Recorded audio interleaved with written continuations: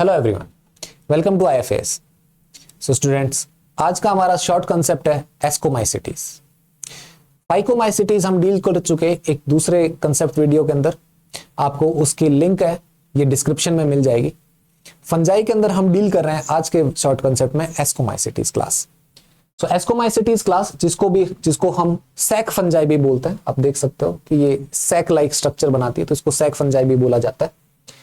सो जैसा कि हमने एक शॉर्ट कंसेप्ट में डील किया था in the short concept of phycomycetes कि जो क्लासिफिकेशन है आर.एच. व्हिटेकर का, उन्होंने फंजाई को क्लासिफाई किया into the 4 classes. One is phycomycetes, another one is ascomycetes, then basidiomycetes and deuteromycetes. So इसको इन सभी को क्लासिफाई किया on the basis of their morphology of mycelium, on the basis of their mode of spore formation, whether it is exogenous by conidia or endogenous by sporangiosperm, और and the type of fruiting bodies। इसके basis पर इन्होंने classify किया into the phycomycetes, ascomycetes, basidiomycetes and deuteromycetes. तो ये 4 classes बनाएगी, जिसमें से फाइकोमाइसिटीज हम एक शॉर्ट कंसेप्ट के अंदर डील कर चुके हैं। आपको उसका वीडियो लिंक के डिस्क्रिप्शन में मिल जाएगा। आज की क्लास में हम डील करेंगे एस्कोमाइसिटीज। सो स्टूडेंट्स, बात करते हैं एस्कोमाइसिटीज की। एस्कोमाइसिटीज को जनरली हम सैक फंजाई बोलते हैं। These are generally called as sac fungi. तो इनको सैक फंजाई बोला जाता है due to their fruiting body. इनके फ्रूटिंग बॉडी की वजह से इनको सैक फंजाई बोला जाता है, due to their fruiting body. Fruiting body reproductive structure होती है। जब इनका रिप्रोडक्शन हो जाता है तो उसके बाद में एक फ्रूटिंग बॉडी डेवलप होती है। देखेंगे हम आज कैसे होती है। मोस्टली हम देखें तो ये मल्टीसेलुलर होते हैं, कुछ यूनिसेलुलर भी होते हैं। So these are multicellular as well as unicellular also. Some are unicellular, जैसे कि ईस्ट का नाम हम सभी जानते हैं, Saccharomyces। So ईस्ट एक यूनिसेलुलर फंगस है और वो आती है एस्कोमाइसिटीज के मेंबर ये हो। और मोस्टली देखे तो मल्टीसेलुलर होती है, जैसे कि पेनिसिलियम। पेनिसिलियम का नाम सबने सुना है जरूर। आपको है ना, एक क्वेश्चन भी दिया था मैंने एक शॉर्ट कंसेप्ट के अंदर पेनिसिलियम के ऊपर। So Penicillium is the multicellular ascomycetes fungus. ये एक तरीके का जीनस है जिसके अंदर बहुत सारी स्पीशीज आती है। देन कुछ होती है जो यूनिसेलुलर भी है, ओके, जैसे कि हमने बात की east, Saccharomyces, it is a type of east. ठीक है, ईस्ट ही होता है। हैबिटेट की बात करें हम तो हैबिटेट की जैसे कि मोस्टली ये होते हैं सेप्रोफिटिक। सेप्रोफिटिक मतलब ऐसे ऑर्गेनिजम्स जो कि दूसरे डेड ऑर्गेनिजम्स के ऊपर डिपेंड करते हैं, चाहे वो लिविंग डेड ऑर्गेनिज्म हो या फिर हमारे पास में प्लांट डेड हो या फिर डेड एनिमल हो, दोनों पे डिपेंड करते हैं। उनको अपन बोलते हैं decomposers.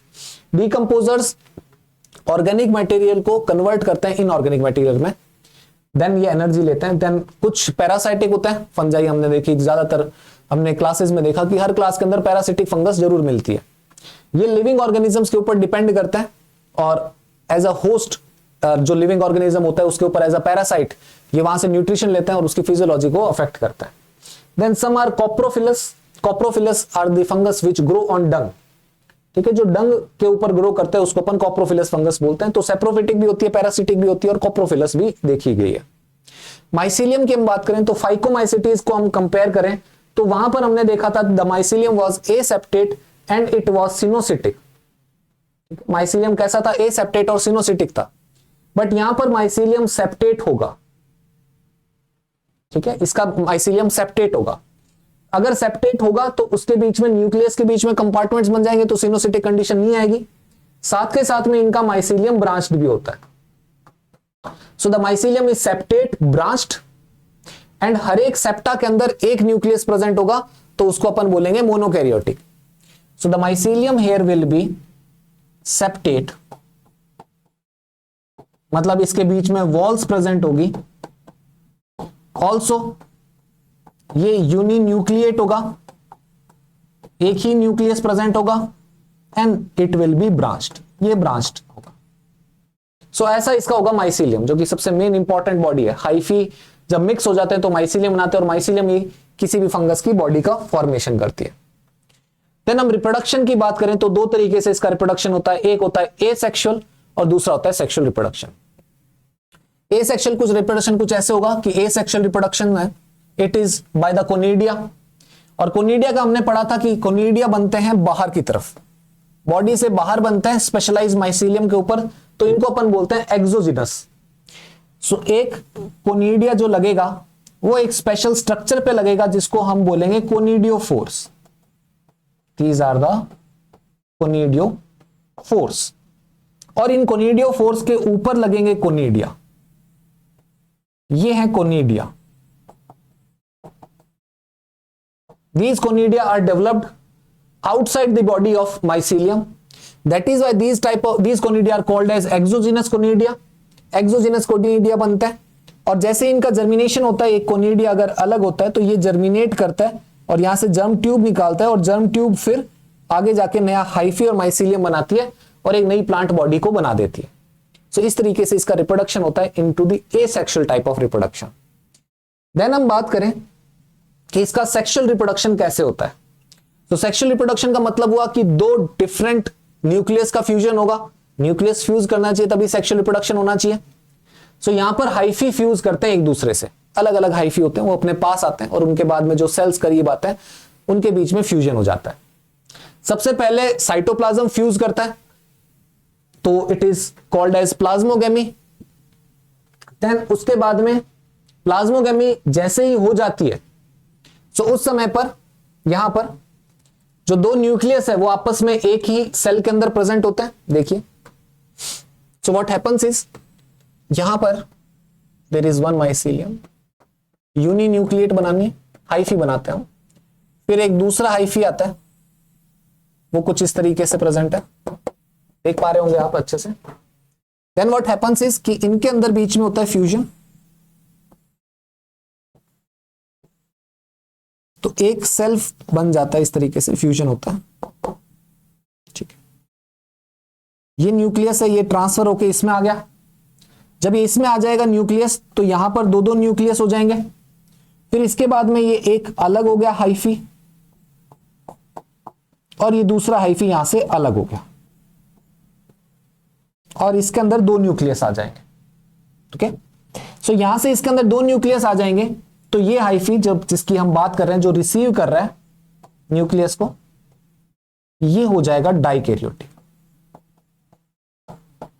It will become dikaryotic. ठीक है, अब ये डाइकैरियोटिक होने के बाद में यहां से एक बल्जिंग स्ट्रक्चर बनेगी इस तरीके से, और दोनों न्यूक्लियस बल्जिंग स्ट्रक्चर के अंदर आ जाएंगे। अब हम इसको बोल सकते हैं this can be a sac like structure. ये सैक लाइक देखने लगता है, और इसी की वजह से हम इसको सैक फंजाई भी बोल देते हैं, और इस स्ट्रक्चर को अपन बोल सकते हैं एस्कस। हालांकि अब इसके अंदर एस्कस बनेगा, ये बनेगा एस्कस की फॉर्म में। नाउ ये एस्कस इस तरीके से डेवलप होता है, काफी डेवलप होता है, और यहां पर ये दोनों जो न्यूक्लियस है ये ऐसे खूब सारे वॉल बना लेते हैं अपने ऊपर, और बहुत सारे डेवलप हो जाते हैं। So these are developed into like this forms, ये वॉल फॉर्मेशन करते हैं। Now these tube will fuse together, ये आपस में फ्यूज करेंगे। जब इनका फ्यूजन हो जाएगा तो अब ये 2n हो गया। इससे पहले तक जब ये कंडीशन थी n+n, जैसा कि हमने यहां पे लिखा n+n कंडीशन थी, बट ये आपस में फ्यूज हो गए तो ये कंडीशन हो जाएगी 2n। आफ्टर 2n देखिए, मैं एक बना दे रहा हूं, कुछ एक बना दे रहा हूं, ये सभी इस एक कॉमन वॉल के अंदर है, इसी को हम बोलते हैं फ्रूटिंग बॉडी। सो अब ये करेगा मियोसिस। तो मियोसिस करेगा तो यहां पर 4 स्पोर बन गए। एस्कस के अंदर जो स्पोर्स होंगे उनको एस्कोस्पोर बोलेंगे। 4 स्पोर बन गए। उसके बाद में इसका होगा माइटोसिस। जब इसका माइटोसिस होगा तो यहां पर 8 बन जाएंगे। 8 spores will be developed. 8 spores हो जाएंगे। सो एक एस्कस के अंदर देर आर 8 स्पोर्स। तो अब मैं एक पूरी स्ट्रक्चर बनाऊंगा आपके सामने। सो व्हाट इज हैपनिंग, यहां पर बन रहा है एस्कस, और इस एस्कस के अंदर है 8 एस्कोस्पोर।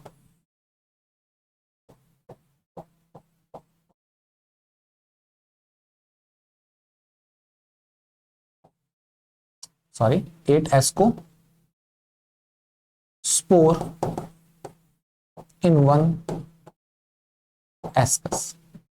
हर एक एस्कस के अंदर 8 एस्कोस्पोर्स होंगे। जब ये एस्कोस्पोर्स बाहर जाएंगे मींस ये रप्चर होगा, स्पोर्स बाहर रिलीज हो जाएंगे और ये स्पोर्स जर्मिनेट करेंगे तो they will form hypha and these hypha will overlap to produce a new mycelium. These will produce to form a new mycelium. तो इस तरीके से इनका रिप्रोडक्शन होता है। सेक्सुअल रिप्रोडक्शन इसी केस से होता है। तो आइए इसके बारे में थ्योरी देखते हैं हम। सो यहां पर क्या हो रहा है, फिर से मैं शुरू से स्टार्ट करता हूं। हाइफी फ्यूज करते हैं एक दूसरे से, प्लाज्मोगेमी होती है पहले, उसके बाद में दोनों सेल जो आपस में फ्यूज किए हैं वहां पर एक डाइकैरियोटिक स्टेज आ जाती है N+N। यहां पर एक आउटग्रोथ आती है जिसको अपन बोलते हैं एस्कोजिनस हाइफी, एक आउटग्रोथ बनाता है। इस आउटग्रोथ को अपन बोलते हैं ascus which is the sac like structure. ये एस्कस बहुत सारे एस्काई बनाता है, वो जो छोटे स्ट्रक्चर है वो एस्काई बनाता है। एस्काई के बाहर एक कवरिंग है, माइसीलियम की कवरिंग आती है। नाउ यहां पर जो डाइकैरियन है ये आपस में फ्यूज कर जाता है, N+N फ्यूज करता है और ये एक बनाता है एक डिप्लॉयड न्यूक्लियस, जिसको हम जाइगोट भी बोल सकते हैं, एक डिप्लॉयड न्यूक्लियस बनाता है। तो ऐसा ही केस हमने देखा, ये फ्यूज किए, फ्यूज करने के बाद में 2n स्ट्रक्चर बन गई, 2n स्ट्रक्चर के बाद में एक सैक लाइक स्ट्रक्चर बनी, इसके बाद में एस्काई बन गए खूब सारे, बाहर से कवरिंग हुई माइसीलियम की, इनके अंदर बाद में होता है 2n स्ट्रक्चर बनी और 2n स्ट्रक्चर के बाद में एस्कोकार्प होगी जो कवरिंग है फ्रूटिंग बॉडी एस्कोकार्प। जैसे ही फ्यूजन हुआ तो 2n जाइगोट बना, इस 2n के अंदर मियोसिस हुआ तो 4 सेल बन गए, फिर उसके बाद में एक माइटोसिस हुआ तो माइटोसिस की वजह से यहां पर एस्कोस्पोर बने, ओवरऑल 8 एस्कोस्पोर बनते हैं। So 8 ascospores are formed in an ascus. एक एस्कस के अंदर 8 एस्कोस्पोर बनते हैं और ये सभी एस्कोस्पोर्स इनसाइड बन रहे थे, अंदर बन रहे थे, तो इसको अपन एंडोजिनसली प्रोड्यूस्ड बोलेंगे। सभी एस्कोस्पोर्स जब जर्मिनेट करते हैं तो उसके बाद में जर्म ट्यूब बनाते हैं और एक नए माइसीलियम का फॉर्मेशन कर देते हैं। तो ये चीज हमने देखी थी कि आफ्टर मियोसिस जो 8 एस्कोस्पोर है एस्कस के अंदर प्रेजेंट है, ये जर्मिनेट करते हैं और जर्मिनेट करके इस तरीके से नई माइसीलियम का फॉर्मेशन कर देते हैं। नाउ नेक्स्ट हम देखें एग्जांपल्स इसके। एक एग्जांपल है एस्परजिलस, आप देख सकते हो कि ये है कोनिडिया, ये जो बाद में ऊपर बन रहा है कोनिडिया, और आप देख सकते हो कि ये है कोनिडियो 4। इस कोनिडियो 4 के ऊपर ये कोनिडिया लगे हुए हैं और ये कोनिडिया जब जर्मिनेट करेंगे तो ये सेक्सुअली जर्मिनेट कर रहे हैं और ये बाहर की तरफ लग रहे हैं, ये कोनिडियो 4 है, बॉडी से बाहर बन रहे हैं सभी स्पोर्स, तो ये स्पोर्स होंगे एक्सोजिनसली प्रोड्यूस्ड। तो ये है एस्परजिलस का आपका डायग्राम। देन क्लेविसेप्स, क्लेविसेप्स एक बहुत सारी डिजीजेस कॉज करता है। ये देख सकते हो बाजरे के ऊपर डिजीज कॉज की है इसने, ये डिजीज कॉज करता है ऑन बाजरा, ऑन राई, इन पर डिजीज कॉज करता है। और एक बहुत ही इंपॉर्टेंट डिजीज है which is the ergot disease, ergot disease cause करता है, ये देख सकते हो this is the ergot disease. इससे एक केमिकल भी एक्सट्रैक्ट किया जाता है which is LSD। Neurospora, Neurospora use होता है बायोकेमिकल और जेनेटिक वॉर के अंदर, मतलब सबसे ज्यादा जो रिसर्च हुई है इस तरफ में, मतलब एनिमल्स के तरफ में हुई है ड्रोसोफिला पे ऊपर। और पहले जब 2 किंगडम क्लासिफिकेशन था तो उस समय पर फंजाई को भी प्लांट्स में इंक्लूड कर दिया जाता था, तो इसी वजह से इसको बोल देते हैं ड्रोसोफिला ऑफ प्लांट किंगडम। जब रिसर्च चल रही थी उस समय पर 2 किंगडम क्लासिफिकेशन था, तो प्लांट किंगडम का ड्रोसोफिला इसको बोल दिया जाता है, बट हम जानते हैं कि ये एक अलग किंगडम के अंदर आता है, this is a different kingdom. तो ये न्यूरोस्पोरा है, न्यूरोस्पोरा के एग्जांपल है। न्यूरोस्पोरा बहुत यूज होता है, आपने पढ़ा भी होगा न्यूरोस्पोरा के बारे में। Then morels and truffles, morels and truffles delicacies की तरह यूज होता है। डेलिकेसीज मींस ये आइसक्रीम्स बनाने में काम आते हैं, ये खाने में काम आते हैं। तो these are edible fungus, edible ascomycetes members, और ये बहुत ही सुंदर होते हैं और खाने में बहुत ही टेस्टी होते हैं, तो फ्लेवरिंग में भी काम आते हैं, आइसक्रीम्स बनाने में भी काम आते हैं। तो these are morels and these are truffles, these are morels और ये है ट्रफल्स। ट्रफल आपने आइसक्रीम्स जरूर खाई होगी। Then yeast, the unicellular member, जो कि फर्मेंटेशन में बहुत काम आता है, तो ईस्ट है यूनिसेलुलर, और इनके अंदर ये आप देख सकते हो यहां पर बडिंग भी हो रही है, ये बडिंग से रिप्रोड्यूस करता है, ये बडिंग से रिप्रोड्यूस करता है। Now which of the following is incorrect for ascomycetes, ascomycetes के लिए क्या चीज इनकरेक्ट है? They are unicellular as well as multicellular, they are parasitic, saprophytic, coprophilous. Neurospora, claviceps, yeast belong to the ascomycetes और सिनोसिटिक mycelium. सिनोसिटिक मतलब multi nucleated, but यहां पे देखा हमने कि मल्टी न्यूक्लिएटेड नहीं, यहां पर तो यूनि न्यूक्लिएटेड है, तो इनकरेक्ट ऑप्शन होगा D. Then the second is dikaryophase and septate mycelium are the characteristic feature of which of the following class. Dikaryophase और सेप्टेट माइसिलियम ये पाया जाता है हमारे पास में एस्कोमाइसिटीज और बेसिडियोमाइसिटीज में। फाइकोमाइसिटीज के अंदर तो ए सेप्टेट है, डाइकैरियोफेज भी नहीं है, और ड्यूटेरोमाइसिटीज में तो सेक्सुअल रिप्रोडक्शन ही नहीं है। तो एस्कोमाइसिटीज और बेसिडियोमाइसिटीज आपका आंसर रहेगा, option A will be your answer. Basidiomycetes भी हम नेक्स्ट शॉर्ट कंसेप्ट में डील करेंगे, तो जरूर वो भी आप वीडियो देखिएगा। विच of the following fungus produces toxins in crop plants. Crop plants में इनमें से कौन से टॉक्सिन्स प्रोड्यूस करते हैं? कोलेडोट्रिपम, एस्परजिलस और पेनिसिलियम। एस्परजिलस के कुछ स्पीशीज टॉक्सिन्स प्रोड्यूस करती है, पेनिसिलियम की भी कुछ स्पीशीज टॉक्सिन्स प्रोड्यूस करती है। So the answer will be D, both B and C. Which of the following is incorrect? Neurospora is widely used in genetic studies. Yeast reproduces by budding. Penicillium species are used in cheese production. So which of the following is incorrect? तो Neurospora को use करते हैं genetic studies के लिए, correct है। East का reproduction होता है बडिंग से, ये भी करेक्ट है। पेनिसिलियम नोटेटम, पेनिसिलियम कैमेम्बर्टी, तो ये कैमेम्बर्टी चीज वगैरह के फॉर्मेशन में होता है, तो यहां पर एक भी आंसर गलत, एक भी ऑप्शन गलत नहीं है, तो आंसर आएगा none of the above. The cattle ergot disease is caused by, ergot disease अभी जस्ट बताया मैंने आपको कि ergot disease किससे होती है? पेनिसिलियम, राइजोबियम, क्लेविसेप्स और aspergillus. Answer is claviceps. Then which of the following organism produces aflatoxin? ये aflatoxin का क्वेश्चन इसी साल एमएससी एंट्रेंस में तीनों ही एग्जामिनेशन में पूछा गया है, गेट बी, आईआईटी जैम और सीयूईटी के अंदर। तो एफ्लाटॉक्सिन प्रोड्यूस करते हैं फंगस, फंगस यहां पर है, एफ्लाटॉक्सिन प्रोड्यूस करता है, फ्लेवस स्पीशीज करती है, Aspergillus फ्लेवस। Aspergillus has dash hyphae, Aspergillus एक तरीके का एस्कोमाइसिटीज का मेंबर है, तो इसके अंदर हाइफी रहेगा, वो रहेगा सेप्टेट रहेगा और यूनि न्यूक्लिएट रहेगा। Answer will be C, sorry septate and uninucleate, sorry it is uninucleate, the answer will be C, answer will be C, sorry for that. ठीक है, इसको चेंज कर लीजिएगा। Dikaryon phase has, dikaryon phase में क्या रहता है? Diploid nucleus रहता है, दो सेम न्यूक्लियस रहते हैं या दो डिफरेंट हैप्लॉयड न्यूक्लियर रहते हैं। तो एक चीज हमने देखी, डाइकैरियन फेज के अंदर n+n देखने को मिलता है हमें, और ये n एक हाइफी से आया है और ये n एक दूसरी हाइफी से आया है, तो दोनों न्यूक्लियस डिफरेंट होंगे, डिसिमिलर होंगे और हैप्लॉयड होंगे, तो आंसर हो जाएगा आपका सी। देन क्लेविसेप्स प्रोड्यूसेस, तो क्लेविसेप्स एक बहुत ही पोटेंट ड्रग बनाता है which is LSD, that is lysergic acid. Option will be ए।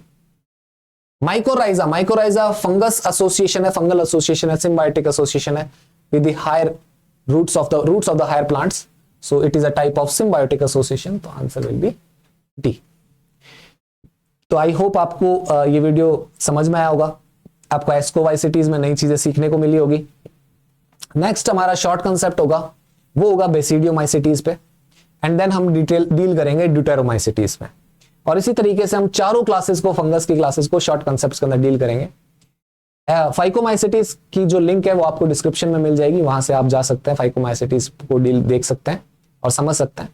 उसके साथ भी हमने कुछ अच्छे क्वेश्चंस डिस्कस किए हैं, इसके साथ भी हमने ऑब्जेक्टिव क्वेश्चंस किए, एंड नेक्स्ट क्लास में भी हम ऐसा करेंगे, पूरा बेसिडियोमाइसिटीज को समझेंगे शॉर्टली, एंड उसी के साथ साथ हम उसके अच्छे ऑब्जेक्टिव क्वेश्चन है उनको भी डील करेंगे। तो अगर आपको ये वीडियो अच्छा लगा है तो प्लीज लाइक करके शेयर कर दीजिएगा, एंड अगर आपको डाउट्स एंड क्वेरीज है तो प्लीज कमेंट बॉक्स में आप डाल सकते हैं। Thank you and happy learning.